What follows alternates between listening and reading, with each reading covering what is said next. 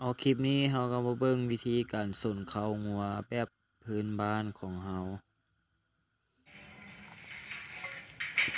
เชือกที่ว่าเรานำมาส่นเขางัวมันจะเป็นเชือกสีแดงเนาะ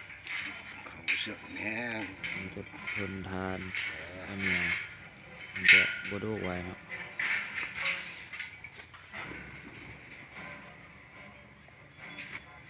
จะนำมาคอดพันหรือว่าพันเนาะถักหรือว่าถักก็ได้เพื่อความบ่รูดหรือว่ามันบ่รูดง่ายเนาะ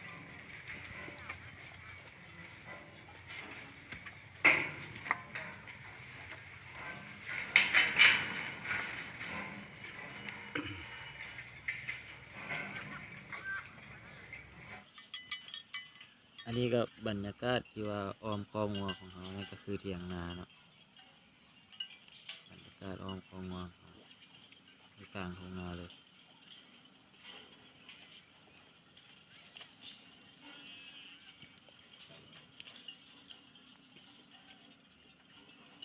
มื้อนี้เราสิได้ส่วน3ตัวเนาะเพราะว่าเราสิส่วนมื้อละ3ตัว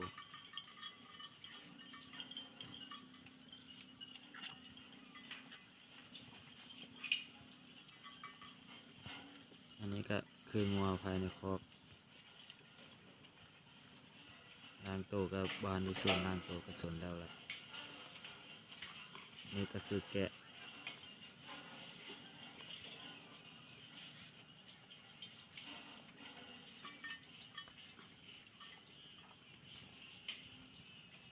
การส่วนก็บ่ยากเนาะเพราะว่าเราเตรียมเสือกไว้ว่ามาเราก็มีแต่เปลี่ยนเสือกนี่ก็คือการใช้ตองคอ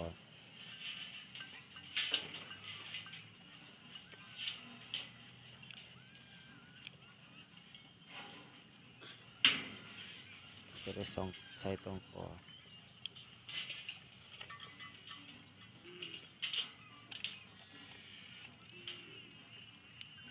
วิธีการใช้ตองคอ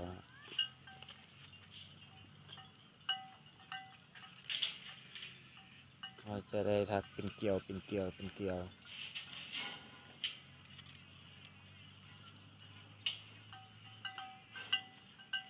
แล้วท่อแป๊บเราก็ได้ใส่ท่อแป๊บแบบ18อยู่ท่อ18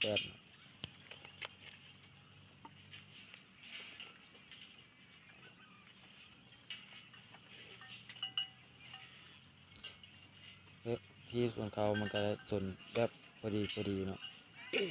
ถ้าเป็นเราส่วนงัวไหมมันก็จะได้ส่วนลมนิดนึงถ้าเป็นงัวเก่าเราก็แบบพอดีเลยงานลายก็มันก็จะรูด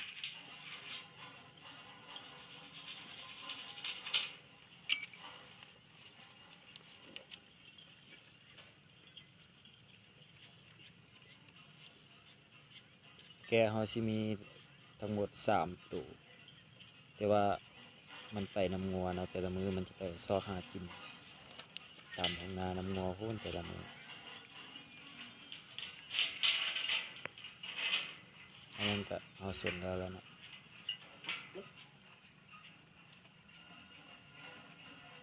นี่ก็คืองัวเราทั้งหมดจับมากินกันดูติดยา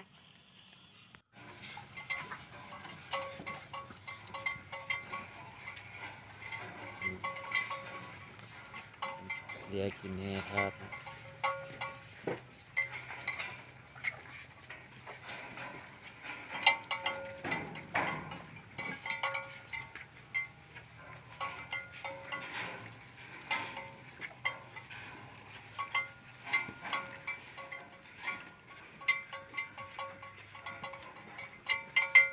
แต่ว่าปีนี้ยังไม่ได้เกิดลูกจักตัวเนาะลูกน้อยมาได้เกิดเลยนี่ก็ตัวที่2กำลังสดจะเปลี่ยนเขาใหม่สิเปลี่ยนใส่เขาสีแดงเบิดเนาะอาจจะส่วนเขาสีแดงเบิดทุกตัวแน่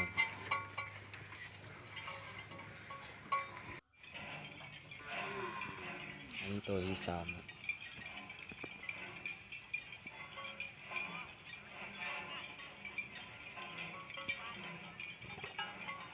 คุยเลยครับ มี พี่ ร ก็ ถ พี่ วิธีเปลี่ยนเขาเนาะก็เดี๋ยวเสีย โด บ กเลย ไปเลยว่าดึงเสียบเดินซ้ำมาเลย